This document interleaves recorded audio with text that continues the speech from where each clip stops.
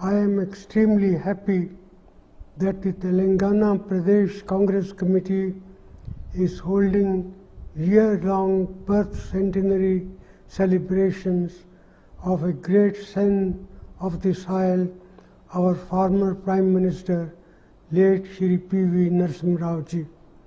I consider it a great privilege to inaugurate these celebrations today.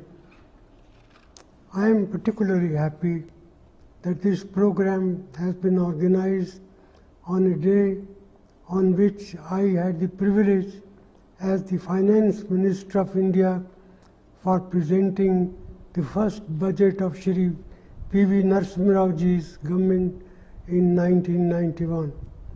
The government took office just after the sad demise of Shri Rajiv Gandhi ji. I had said in my budget speech, referring to Shri Rajiv Gandhi, that he is no more, but his dream lives on.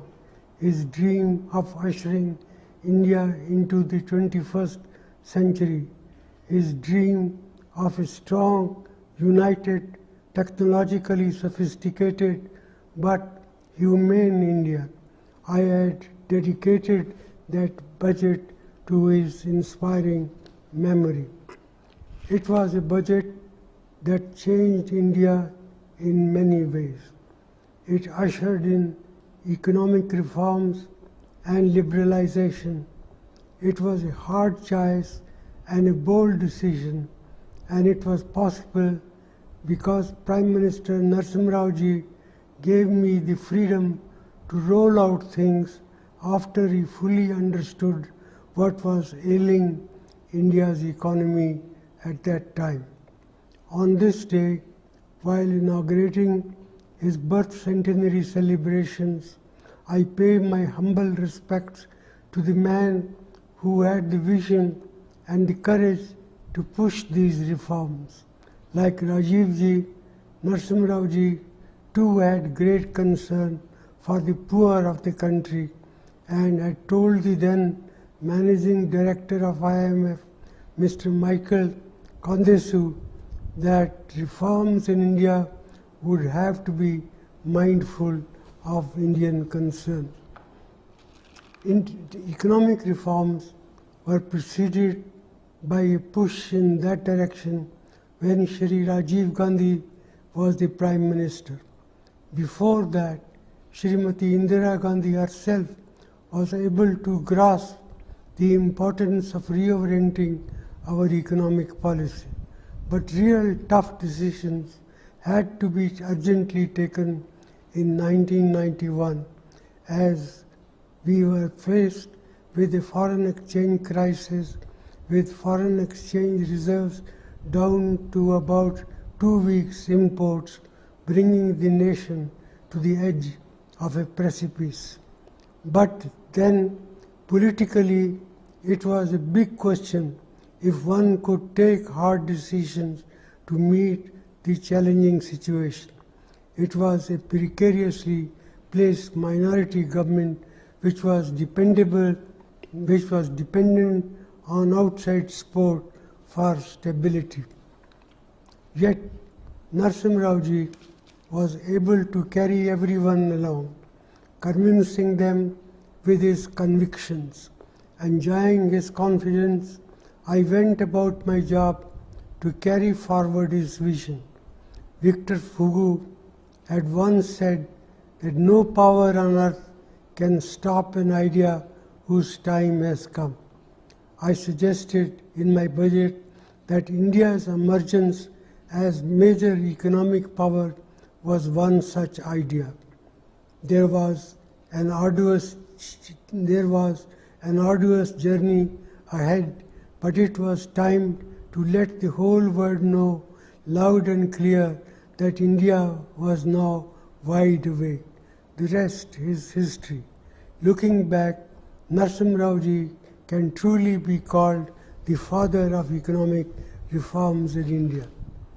Hailing from the Karimnagar district of Telangana, Narasimha had embarked on a long political journey starting from the days of freedom struggle.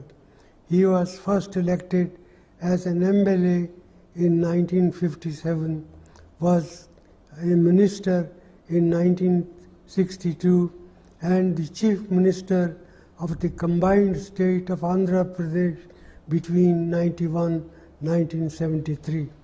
He had very actively pushed land reforms in the state.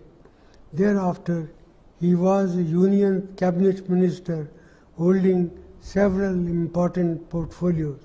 As Minister for Human Resource Development between 1985-1988, he was responsible for the National Policy on Education 1986. It had envisaged the setting up of Jawahar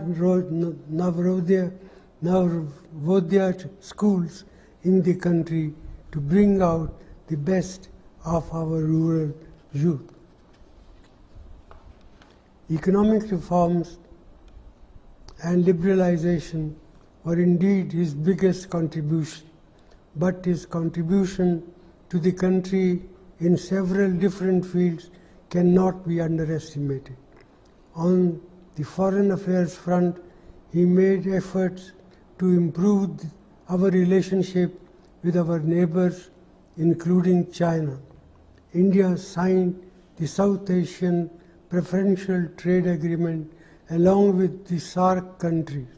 Then the Look East policy was also his brainchild to link India with East and Southeast Asian countries.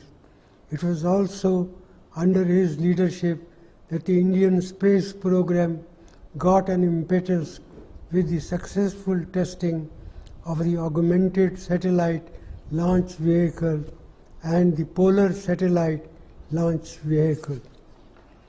India also successfully tested the Prithvi missile to strengthen and enhance external security capabilities. He had also asked late Dr. APJ Abdul Kalam in 1996 to get ready for nuclear tests to take India to join a new League of Nations, which were later conducted by Prime Minister Vajpayee-led NDA government in 1998. That was indeed a difficult era in politics. Endowed with a cool temperament and deep political prowess, Narasimha Rao ji was always open to debate and discussion. He always tried to take the opposition into confidence. To cite a few examples, he had deputed Shri Atal Bihari Vajpayee ji as the then leader of the Indian delegation to the UN Human Rights Commission in Geneva to discuss Pakistan's sponsored resolution to censor India on its record of human rights in Jammu and Kashmir, which was successfully thwarted. He had also nominated Shri Subramanian Swamy as chairman of the Commission on Labour Standards and International Trade with a cabinet rank.